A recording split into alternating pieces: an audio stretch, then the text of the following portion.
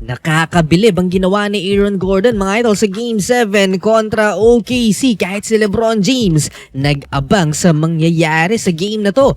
2 words mga idol, Game 7, Oklahoma City Thunder versus the Denver Nuggets. Hindi dapat maglalaro itong si Aaron Gordon. Game time decision with grade 2 hamstring injury. Mas malala pa sa injury ni Stephen Curry. Pero sumugal para sa kanyang kupunan. Napakadelikado to mga idol. Starting 5 pa siya. To start the first quarter, Christian Brown with a hammer. Counter 200 dunk ang sagot ni Isaiah Hartenstein. Nikola Jokic with a veteran move against Chet Holmgren. Unbothered sa kanyang injury itong si Aaron Gordon. He played 7 minutes sa first quarter at umiscore ng 3 points and 5 rebounds. As much as 11 points ang naging lamang ng Denver Nuggets sa first quarter pero naidikit yan ang second unit ng Oklahoma City Thunder and they end the opening frame with 5-point Nuggets lead 26-21. Second quarter nagtuloy-tuloy ang run ng OKC Thunder at nakuha na nga nila ang lamang against Denver Nuggets. Ine-exploit nila sa Aaron Gordon na may nararamdamang injury. Hindi naman natambakan ng Oklahoma City Thunder ang Denver dahil maagang pinasok dito sa second frame si Nikola Jokic at Jamal Murray. Katakot yung bawat drive ni Aaron Gordon mga idol, parang matutuluyan yung kanyang hamstring. Maingat din naman si Aaron Gordon, alam niya yung kanyang limitation mga idol sa pag-drive na to, ininda niya yung hamstring injury. Last 3 minutes before halftime nagsimula ang Thunderbolt run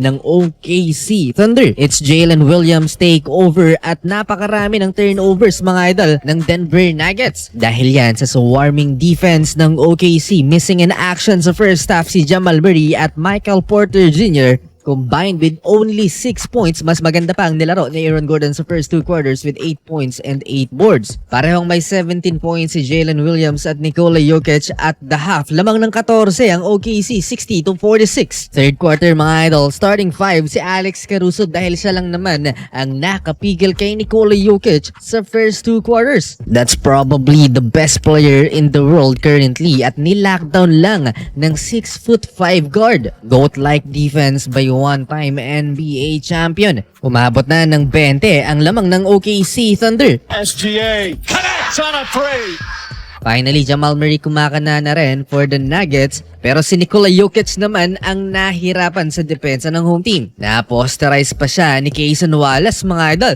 Here's Wallace, goes it. Jokic! Oh, he throws it down!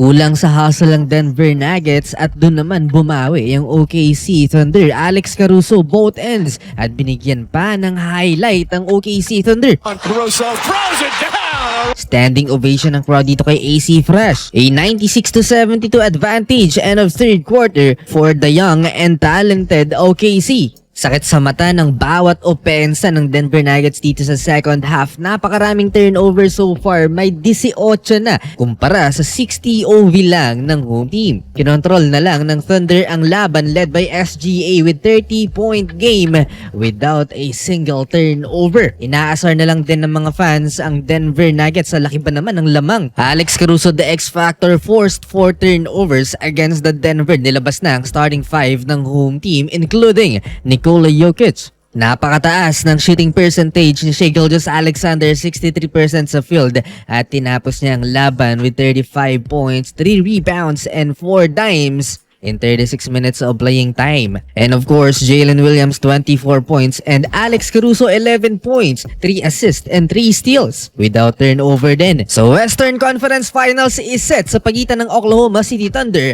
at Minnesota Timberwolves.